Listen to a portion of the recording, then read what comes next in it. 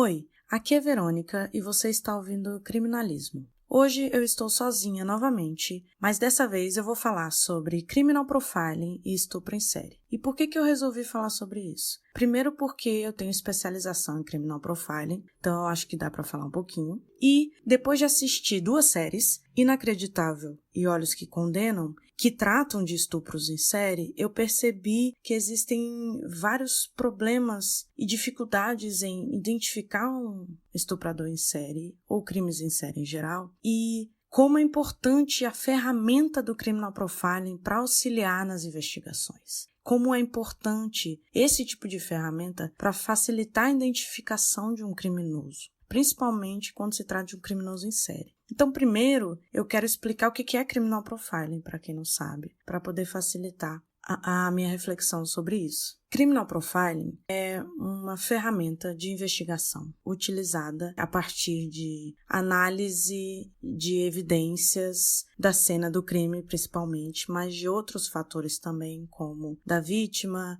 de testemunhas, de características do local do crime, para analisar o comportamento e identificar o criminoso. Então, a partir da análise da cena do crime, da vitimologia e de outras características, é possível identificar alguns padrões comportamentais que facilitam na identificação do criminoso. Então, como é que isso funciona? A ferramenta de criminal profiling, ela funciona muito melhor quando a gente fala de crimes em série, porque a gente consegue ter várias cenas de crime, vários padrões e modus operandi que facilitam na identificação de quem cometeu o crime. Então, por que eu resolvi falar de estupro em série? Não sei se vocês sabem, mas saiu recentemente 2 séries na Netflix, uma chamada Inacreditável e outra Olhos que Condenam. Inacreditável é uma série baseada em fatos reais que conta a história, principalmente, de uma menina de 18 anos que sofreu um estupro dentro do quarto dela. E aí, no momento que ela conta do estupro, as pessoas acreditam, mas depois de um tempo, depois que ela passa a explicar o estupro várias vezes, as pessoas começam a duvidar, porque existem inconsistências. E aí, o foco da série é explicar características que fazem com que uma vítima seja revitimizada. Muitas vezes ela é recriminada ou ela é desacreditada por causa do que ela diz, por causa das inconsistências, etc. Então, o foco da série, e do livro também, porque a série é baseada num livro, que é baseada numa reportagem. E o foco é nas falsas acusações e nos testemunhos que são desacreditados de vítimas de estupro, que é uma coisa que acontece recorrentemente. E como existem métodos para você entrevistar uma vítima, conversar com uma vítima e não revitimizá-la e não fazê-la sofrer. Coisas que não foram feitas. Mas a questão aqui, o foco aqui nesse episódio, não é exatamente sobre isso, apesar de ser um tema muito interessante, muito importante, porque quando se trata de interrogatório, de entrevista, tem que ser muito bem feito, tem que ser de uma forma muito humanizada. Mas aí, o que me interessa sobre essa história? No decorrer da série, a gente descobre que 2 policiais perceberam que estupros que estavam acontecendo em estados diferentes tinham ligação. Eram feitos pela mesma pessoa. E aí, essas ligações levam ao criminoso, que depois levam à primeira menina que foi acusada de fazer uma falsa acusação. Mas o que me intriga e o que me leva a querer falar sobre isso é na demora para a identificação desse estuprador. Na dificuldade de perceber que o modus operandi dele e que ele agia em lugares diferentes e a falta de comunicação entre esses lugares para identificar. Então, isso me chamou a atenção. Já no Olhos que Condenam, o que acontece? Conta o caso de 5 adolescentes que foram acusados de estuprar e lesionar gravemente uma mulher que estava no Central Park correndo. O que acontece? Essa mulher estava no mesmo parque que esses jovens estavam e a investigadora que estava responsável pelo caso resolveu indiciá-los porque eles estavam no mesmo local. sem averiguar adequadamente. E isso fica muito claro no decorrer da série, que também é baseado em fatos reais. Por que isso fica claro? Pela forma como eles interrogam. É a mesma coisa. Existem técnicas de entrevista, tanto para a vítima, quanto para a testemunha, quanto para o acusado. E você deve seguir à risca essas técnicas para você ter um depoimento o mais fiel possível. Então você não deve induzir, você não deve colocar palavras na boca da pessoa, você deve perguntar para a pessoa o que ela viu e não falar você viu tal coisa. Isso são algumas formas de técnica de interrogatório, mas existem várias. Então assim, na hora eu já percebi vários erros, vários problemas, inconsistências na história e acabou que eles descobriram que na verdade outra pessoa tinha cometido o crime e ele confessa muitos anos depois deles serem presos. E a maioria deles ter até saído, porque eles eram menores, né? Então eles ficaram menos tempo. Mas, de qualquer forma, o foco da série também é esse. É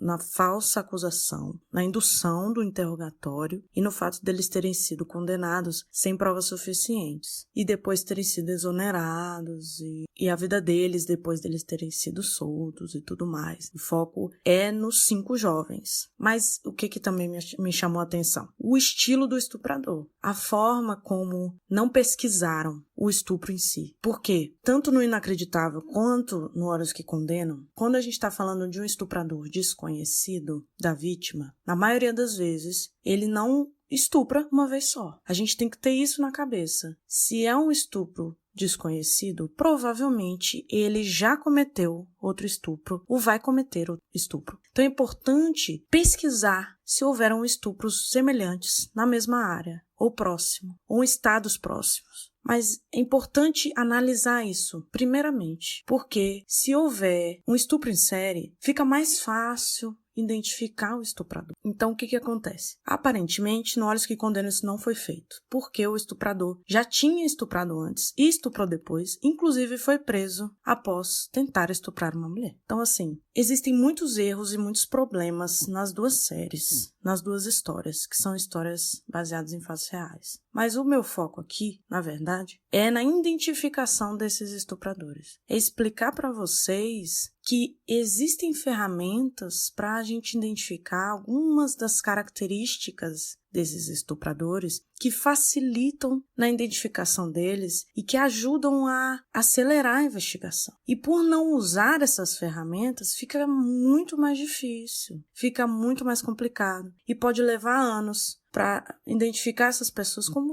aconteceu nessas duas séries, entendeu? Então, falando primeiramente do Inacreditável, o que eu descobri do estuprador pela série e pelo livro? E é muito importante aqui eu falar que o que eu estou fazendo é só uma atividade para demonstrar como é que funciona o criminal profile. Eu não estou fazendo perfil criminal de ninguém, até porque eu não tenho informações suficientes para isso. Eu só quero mostrar algumas coisas que é possível perceber das informações que eu tenho e como isso poderia facilitar na investigação. Então, o que eu percebi no caso do Inacreditável, por exemplo? Não só no caso da menina que foi acusada de não falar a verdade, mas nos outros casos das duas policiais. Não sei se vocês estão entendendo, porque quem não assistiu as duas séries talvez fique um pouco confuso. Mas o importante é entender as características. Então vamos lá. No caso do Inacreditável, o que foi possível perceber do estuprador é que ele era muito organizado,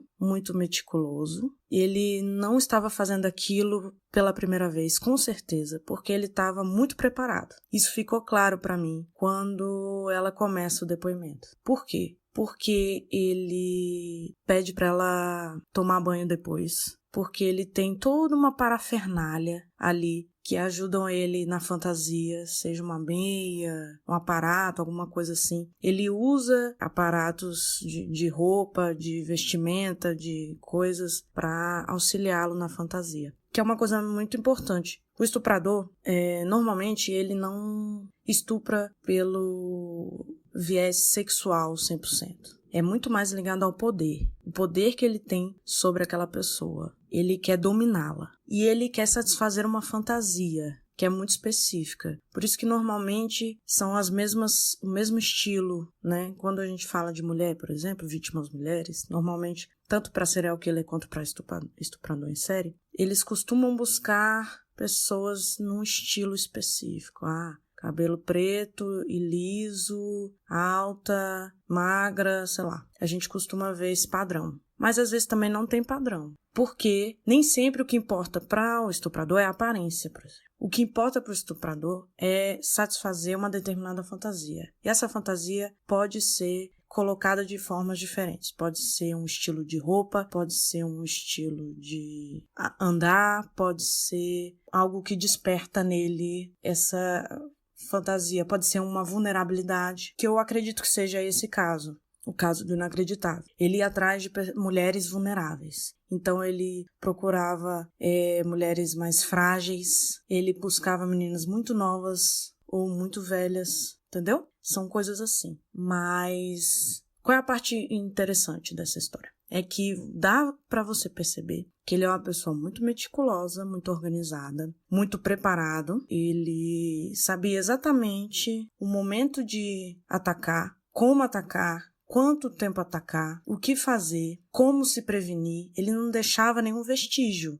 E isso atrapalhou muito a investigação. Você não tinha cabelo, você não tinha fibra de roupa, de nada. Apesar de que eles conseguiram fibra de um tapete, se eu não me engano. Mas aí é aquela coisa, é um deslize, né? Você tem que estar preparado para um deslize da pessoa, para te ajudar. Mas, de qualquer forma, uma coisa que eu achei interessante é que eles desconfiaram que ele era militar, que ele era das Forças Armadas ou alguma coisa assim. E na série, elas ficam relutantes em falar disso, porque ele poderia ser policial, ele poderia ser alguma autoridade, isso poderia atrapalhar. Mas no livro já percebem logo, já fica claro logo que eles estavam atrás de uma pessoa que tivesse algum tipo de autoridade. E eu ainda vou mais longe. Pela disciplina, pelo o jeito metódico e pela ação dele, dava para perceber que ele não estava mais trabalhando. Provavelmente tinha sido dispensado, mas não de forma negativa, não necessariamente. Só tinha sido dispensado por algum motivo. Poderia ser um transtorno mental, invalidez, alguma coisa assim. Outra coisa que era percebível, era um homem forte, porque ele conseguia dominar a mulher com facilidade e ele conseguia manter o controle por horas. Ele agia por horas e mantinha o controle da mulher por horas. Outro fator interessante, ele se preocupava com as vítimas, no sentido de que se ela estivesse com frio, ele a cobria. Se ela quisesse água, ele dava. Alguma coisa assim. Por quê? Porque, no caso dele, não era um estuprador violento. Era um estuprador que queria simplesmente o controle, o poder. O controle que ele não tinha na vida dele, nas coisas dele, ele transmitia dominando a mulher. Então, você percebendo isso, pela forma como ele estuprou, pelo depoimento da vítima, pela cena do crime limpa, e pelo conhecimento que ele tinha da vítima também, você percebia que ele era um caçador, que ele perseguia elas por um tempo, que ele escolhia muito bem quem que ele ia atacar e ficava um tempo olhando, porque ele falava para elas, eu vi você pela janela. Uma delas falou que perdeu um prendedor de cabelo e na hora do crime ele prendeu o cabelo dela com o prendedor. Ela percebeu que era dela. Você vê que é um trabalho muito mais psicológico, né? A manipulação dele é muito mais mental, psicológica do que física. Ele quer dominar aquela pessoa. Ele quer mostrar que ele é dono dela, que ele tem controle sobre ela, que ele pode fazer o que ele quiser com ela. Então tinha momentos que ele parava para beber água. É aquela tranquilidade de eu que mando aqui. Eu sou o dono desse lugar e dessa pessoa nesse momento. É um momento que ele tem a satisfação e é um momento que ele relaxa. Porque é um momento que ele se sente sob controle. E aí todas essas coisas, quando a gente percebe essas características e esses detalhes, isso facilita na identificação, porque a gente vai procurar uma pessoa com essas características. Se a gente encontrar uma pessoa que não seja assim, a gente já descarta logo. Então é claro que no caso da série, por exemplo, eles conseguiram identificar por causa do carro. Eles perceberam um carro suspeito numa câmera passando próximo da cena do crime. E isso ajuda, com certeza. Isso facilitou muito. Mas o fato de você ter as características, você saber que é um militar, provavelmente foi dispensado, saber que é um homem forte, que é um homem alto, saber mais ou menos a idade. No caso dele, ele já não era mais tão jovem, né? Provavelmente tinha mais de 30 anos. Entre outras coisas, que eu não vou ter como falar porque eu não tenho todas as informações, mas sabendo as características da cena do crime da pessoa, a gente consegue mais ou menos delimitar algumas características do criminoso. E isso vai filtrando, entendeu? Quem você vai ir atrás, quem você vai procurar. E esse filtro facilita na identificação. E, inclusive, facilita no descarte, como é o caso de Olhos que Condenam. No Olhos que Condenam, o estuprador ele já é bem diferente. Já é um estuprador de oportunidade, violento. Então, o que acontece? No Inacreditável, a gente percebe que ele não é a primeira vez que ele está atuando, porque ele é muito organizado. Porque ele sabe exatamente o que fazer,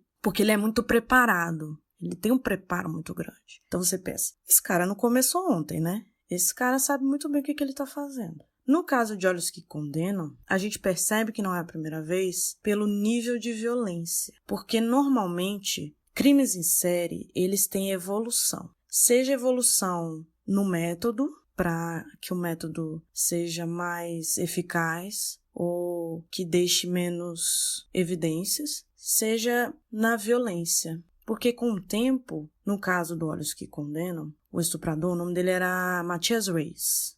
Vou falar dele pelo nome, porque no Inacreditável não fala. Matthias Reis, quando ele estuprou a moça no Central Park, foi de uma forma extremamente violenta. Você percebe que é um crime de oportunidade, porque ela estava andando no Central Park, ele não estava vigiando ela, ele não estava perseguindo ela durante uma semana. Ele estava lá, ela também, e ele se aproveitou da situação e a estuprou. Só que o nível de violência é tão grande porque ela ficou inconsciente, ela quase morreu. Inclusive na série mostra que ela teve efeitos colaterais, ela não conseguia andar direito, ela tinha várias dificuldades motoras. Então, você percebe o nível de violência, não só por ele ter batido nela várias vezes, mas por ter deixado ela sangrando, inconsciente, para morrer. Inclusive, ele, se eu não me engano, ele foi condenado por matar uma pessoa, por homicídio. E mais de um estupro, tentativa de estupro. Mas o que eu percebi? Muito diferente, é um estupro muito diferente. Nesse caso, ele procura humilhar a pessoa, a vítima. A intenção dele é humilhar e degradar e destruir a vítima, principalmente fisicamente. Ele tem um ódio muito grande, ele tem uma descarga violenta muito grande. Então, nesse caso, provavelmente ele teve um histórico de abuso, de violência que desencadeou essa característica violenta que ele tinha dentro dele. É aquela coisa que a gente sempre fala, que é biopsicossocial. Então, é óbvio que não é só a parte social que interfere, é biopsicossocial. Só que o social, ele muitas vezes desencadeia algo que a pessoa tem intrínseco. Ele ajuda a despertar aquilo ali. Então, eu não sei o histórico dele. O que eu sei é que o estupro foi muito violento e que dificilmente teria sido feito por 5 adolescentes. Primeiro que, normalmente, quando se fala em estupro coletivo, existem alguns tipos de estupro coletivo, né? A maioria deles envolve pessoas conhecidas. Então, principalmente quando se trata de adolescentes são adolescentes que estão juntos ali, tem uma mulher no meio, e aí, seja por causa de drogas, seja por causa de circunstâncias da situação, eles acabam se juntando para estuprar alguém. Quando se trata de estupro de desconhecido, normalmente envolve outro crime. A mulher porque a maioria das vítimas são mulheres, né? E nesses 2 casos estamos falando de mulheres, então eu vou usar a mulher como exemplo. Então, no caso, um grupo de homens sequestra uma mulher e durante esse sequestro eles a estupram. Ou, no caso de um roubo, eles roubam a mulher e se aproveitam da situação para estuprá-la. Então, isso acontece com frequência. Inclusive, me fez lembrar de um caso terrível que um grupo de homens pegou um casal, colocou no carro, provavelmente para roubá-los ou para sequestrá-los, não fica muito claro, mas no meio do caminho eles resolvem estuprar a mulher, com um homem olhando. Mas normalmente é assim que funciona. Dificilmente você vai ver um caso de 5 jovens que estavam fazendo arruaça num parque e acabaram estuprando uma mulher. Porque essas coisas ocorrem de forma repetida.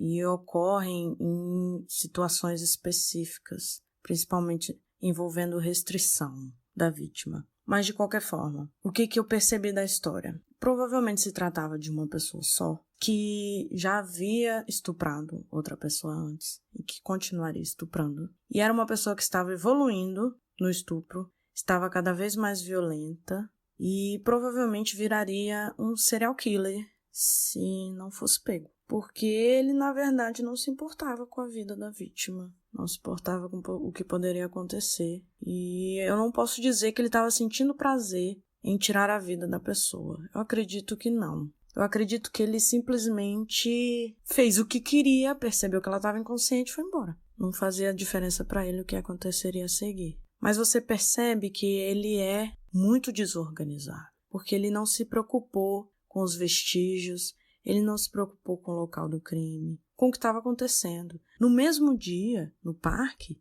a polícia estava prendendo os meninos que estavam fazendo a arruaça. Então, assim, é um crime de oportunidade, é um crime desorganizado e é um crime violento. Então, nós estamos falando de um estuprador impulsivo. Ele foi lá, viu a oportunidade, fez o que queria, inclusive encontraram vestígios do DNA dele próximo da vítima, para você ver como é diferente do outro, né? O outro era super organizado. Provavelmente tinha características, inclusive, de psicopatia. Ele demonstra que tinha essas características. Apesar de se preocupar com a vítima, era uma preocupação muito mais ligada ao controle, novamente. Porque ele não quer machucar, ele só quer dominar a situação. No caso do Matias Reyes, ele não queria ter controle da situação. Ele queria humilhar a vítima, degradar a vítima. Ele queria mostrar que ele que mandava ali, de forma violenta. Ele queria dominar também. Ele queria o poder, porque o estupro está sempre ligado ao poder. Mas existem estilos diferentes. E aí, no caso dele, é essa coisa da humilhação. Ele quer destruir aquela pessoa. Porque destruindo aquilo ali, é como se ele destruísse o que ele odeia, o que ele passou, o que aconteceu com ele. E aí você percebe que se você entender que provavelmente ele já estuprou antes e vai continuar estuprando, você vai analisar a área. E para isso existe também o perfil geográfico. O perfil geográfico ele serve somente em casos de crimes em série para você analisar a zona de conforto do criminoso. Só que existem dois, né? Existe o tipo de criminoso. Tem uma zona de conforto, que normalmente é a casa, é a moradia ou local de trabalho, e existe o errante, né? Que é aquele que vai atuar em diversos lugares diferentes, até para evitar ser pego, que é o caso do inacreditável. O inacreditável, ele percebeu que se ele atuasse em estados diferentes, seria muito mais difícil a polícia ligar os casos e identificá-lo, para você ver como ele era inteligente e organizado. E percebia o que poderia acontecer, né? No caso do outro, não. Do Matias Reyes, ele não estava nem aí. Tanto que ele atuou ali perto e foi preso logo depois. Não durou muito. Já pegaram ele. A sorte é essa. Pegaram ele por outros crimes. Se fosse esperar pegá-lo por esse, não ia rolar. E aí, ele nunca tinha falado sobre esse crime do Central Park. Ele foi falar depois, quando ele conheceu um dos acusados na prisão de Rikers, em Nova York. Mas as características que a gente consegue perceber é uma pessoa instável, uma pessoa que provavelmente não fica no mesmo emprego por muito tempo, não tem um emprego mais firme, né? Mais consistente. É uma pessoa que não só tem estabilidade mental, como estabilidade financeira e familiar. Tanto que descobriram que ele estava morando no carro dele na época. Ele trabalhava, mas estava morando no carro. Era uma pessoa mais nova. Você percebe que não é tão mais velho, provavelmente entre 20 e 30 anos. Entre outras coisas, assim. O mais importante é conseguir identificar as características dele por meio das evidências. Então, eu só sei essas coisas porque eu sei parte das informações da cena do crime. Eu sei que foi um crime violento, eu sei que ele deixou evidências, que o foco dele era no estupro, eu sei que foi um crime de oportunidade. Entende? Juntando essas características e outras que a gente consegue no decorrer da investigação, facilita muito mais a identificação e facilita também o descarte. É como eu falei, é um filtro, né? Então você vai descartando quem não tiver essas características. Você vai focando naquilo e vai. E não são características que eu tirei da minha cabeça, que eu tirei do nada. São evidências científicas de acordo com estudos que foram feitos. Por isso mesmo que eu estou falando de casos dos Estados Unidos, porque existem muitos estudos que foram feitos lá. É importante que a gente faça estudos aqui para que a gente perceba as semelhanças, mas também perceba coisas que são específicas do Brasil, porque aqui a gente tem outra cultura, tem outro clima, tem outro estilo de vida, tem a desigualdade social e etc. Existem outros fatores que auxiliam na identificação de padrões comportamentais e de características das pessoas que cometem crimes. Então, as informações que eu estou utilizando são informações coletadas nos Estados Unidos, no Canadá e na Europa, que são semelhantes entre si, mas que, é claro, vão ter suas diferenças de acordo com o local. Não só do país, como na cidade. Existem cidades que têm características diferentes. É lógico que Brasília não vai ser igual a São Paulo, em alguns aspectos, entendeu? É importante analisar isso também. Então, assim, nesses casos da série Inacreditável, da série Olhos que Condenam, fica mais fácil para mim porque são casos dos Estados Unidos, em que existem muito mais estudos, inclusive o manual de classificação do FBI, que ajuda bastante. Então, se esses policiais tivessem esse conhecimento, inclusive desse manual, com certeza teria sido mais fácil identificar, mais rápido e mais preciso a identificação, né? Mas é mais ou menos isso que eu queria falar. Demonstrar como é que funciona o criminal profiling na prática, é lógico, de forma superficial, de forma bem básica, só para vocês entenderem como é que funciona. Eu, em momento nenhum, quis fazer um perfil criminal dos acusados, até porque eu não tenho informações suficientes para isso, mas eu espero que vocês tenham compreendido o que eu quis dizer, tenham entendido como é que funciona e a importância do criminal profiling, né? Porque eu vejo muitas discussões se é válido, se não é, se vale a pena ou não, se é científico ou não, se precisa. Acho que é válido, claro, é minha área de trabalho. E é científico, existe comprovação científica, desde que você faça de forma objetiva, porque existem muitas informações subjetivas quando estamos falando de pessoas, seres humanos. Muito do que a gente vê é subjetivo. Pessoas mentem, situações são desencontradas, mas quando a gente analisa as evidências de forma objetiva e a gente usa muito mais o lado lógico, não tanto instintivo, o instinto é bom também, mas você precisa ter um embasamento científico para você falar certas coisas, dar certos detalhes e certas informações.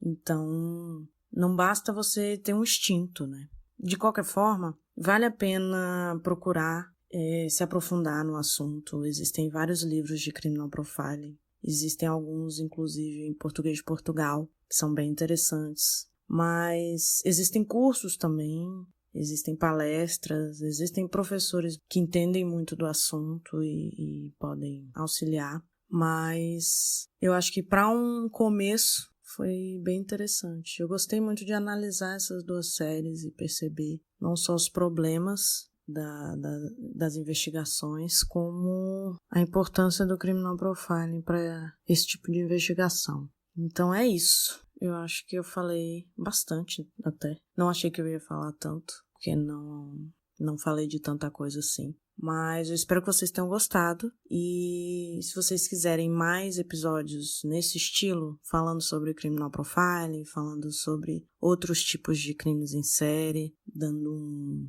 uma explicação básica, só me procurar no Instagram, @criminalismo. Estou sempre à disposição para ouvir sugestões, críticas, temas, coisas que te interessem. Espero que vocês tenham gostado. E até a próxima.